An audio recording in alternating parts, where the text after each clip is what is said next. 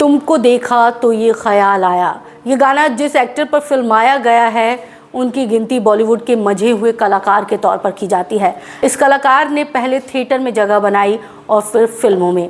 एक फिल्म के लिए तो इस कलाकार ने अपनी फीस तक नहीं ली। जी हाँ, फारूक शेख।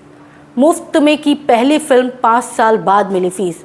थिएटर में काम करते हुए 1973 में फारूक शेख को फिल्म गरम हवा से डेब्यू करने का मौका मिला। पहली फिल्म के लिए फारूक को फीस नहीं मिली थी। फिल्म मेकर रमेश सद्धू को ऐसे लड़के की ज़रूरत थी जो बिना फीस के काम करे। फारूक पहले ही थिएटर कर रहे थे तो उन्होंने झट से हाँ कर दी। 5 साल बाद रमेश सद्धू ने फारूक को उनकी मेहनत के लिए 750 रुपये फीस दी थी। लाइटमैन को चोट लगी तो रोजाना उससे मिलने अस्पताल जाते थे फारूक शेख। 1981 में रिलीज हुई फिल्म चश्मे बद्दूर फारूक शेख के करियर की सबसे बेहतरीन फिल्मों में शुमार है। इस फिल्म की शूटिंग के दौरान एक लाइटमैन छत से गिरकर बुरी तरह से जख्मी हो गया था। लाइटमैन को अस्पताल पहुंचाने के बाद पूरी यूनिट अपने काम में लग गई। कुछ दिनों बाद पता चला कि फारूक शेख रोजाना ना सिर्फ उस लाइटमैन से मिलने जाते थे बल्कि उन्होंने इलाज का खर्च भी पूरा उठाया था। इतना ही नहीं, मुंबई के ताज होटल में आतंकवादियों के हमले के बाद कई परिवार वालों ने अपनों को खोया था। इस हमले से कामले परिवार को भी खूब नुकसान हुआ। राजन कामले नाम का एक आदमी ताज होटल में मेंटेनेंस का काम करता था जो एक गेस्ट को बचाते हुए हमले में मारा गया। उसके पीछे पत्नी श्रुति कामली और 2 बच्चे अकेले पड़ गए। जब एक दिन फारूक शेख ने अखबार में ये खबर पढ़ी तो उन्हें बहुत दुख हुआ। उन्होंने सीधे अखबार में कॉल कर उनके परिवार की डिटेल्स ले ली और कहा कि इस बात को राज रखा जाए। फारूक हर महीने श्रुति कामले के घर पैसे भेजते थे और हर साल उनके बच्चों की फीस भरते थे। सालों तक श्रुति कामले इस बात से अनजान थी कि उनकी आर्थिक मदद कौन करता है।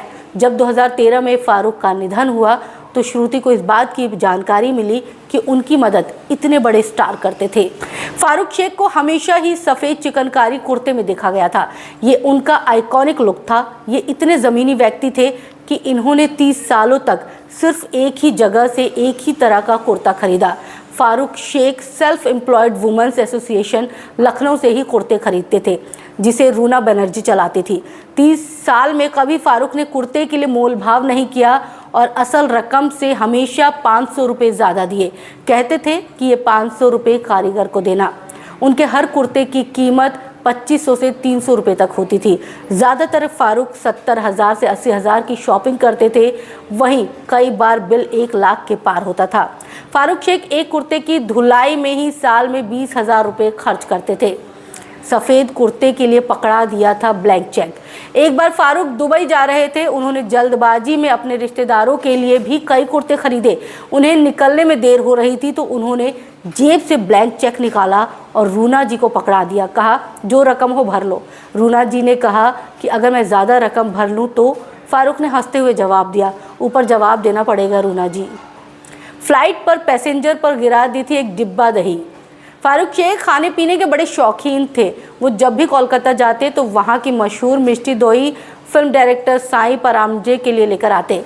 एक बार फारूक फ्लाइट से मुंबई लौट रहे थे। उन्होंने दही से भरा कंटेनर लगेज बॉक्स में डाल दिया, लेकिन ना जाने कैसे वो डिब्बा खुल गया और सारा दही नीचे बैठे पैसेंजर पर आ गिरा। पैसेंजर गुस्सा तो हुआ लेकिन फारूक ने माफ़ी मांग ली और मामला संभाल लिया। फारूक शेख मिलने पहुंचे तो दीप्ति नवल पर लगे भद्दे आरोप। 1981 के फिल्म चश्मे बद्दूर में फारूक शेख और दीप्ति नवल की जोड़ी पहली बार नजर आई। इनकी जोड़ी को खूब पसंद किया गया जो 9 फिल्मों में दिखी।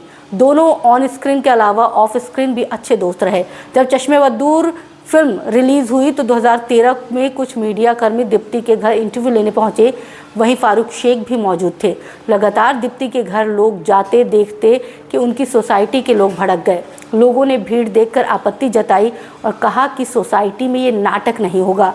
अगले ही दिन अखबारों में खबर छपी कि दीप्ति अपने घर में वेश्यावृत्ति करती हैं और लोगों का आना जाना लगा रहता है। दीप्ति खबर पढ़कर खूब भड़की। उन्होंने ये खबर छापने वालों के खिलाफ कानूनी कार्रवाई भी की थी। कॉलेज के दिनों में हुआ था प्यार। 9 साल डेटिंग करने के बाद फिर उन्होंने शादी की। फारूक शेख ने सेंट जेवियर कॉलेज से पढ़ाई की। उनकी मुलाकात कॉलेज के दिनों में रूपा जैन से हुई और दोनों को एक दूसरे से प्यार हो गया। दोनों करीब 9 सालों तक रिलेशनशिप में रहे। दोनों के दोस्त और परिवार वाले भी इस रिश्ते से वाकिफ थे। फारूक शेख के परिवार को तो रिश्ते से ऐतराज़ नहीं था, लेकिन रूपा के घर वाले फारूक की कमाई को लेकर चिंतित रहते थे, क्योंकि वो उन दिनों सिर्फ थिएटर से ही मामूली कमाई किया करते थे।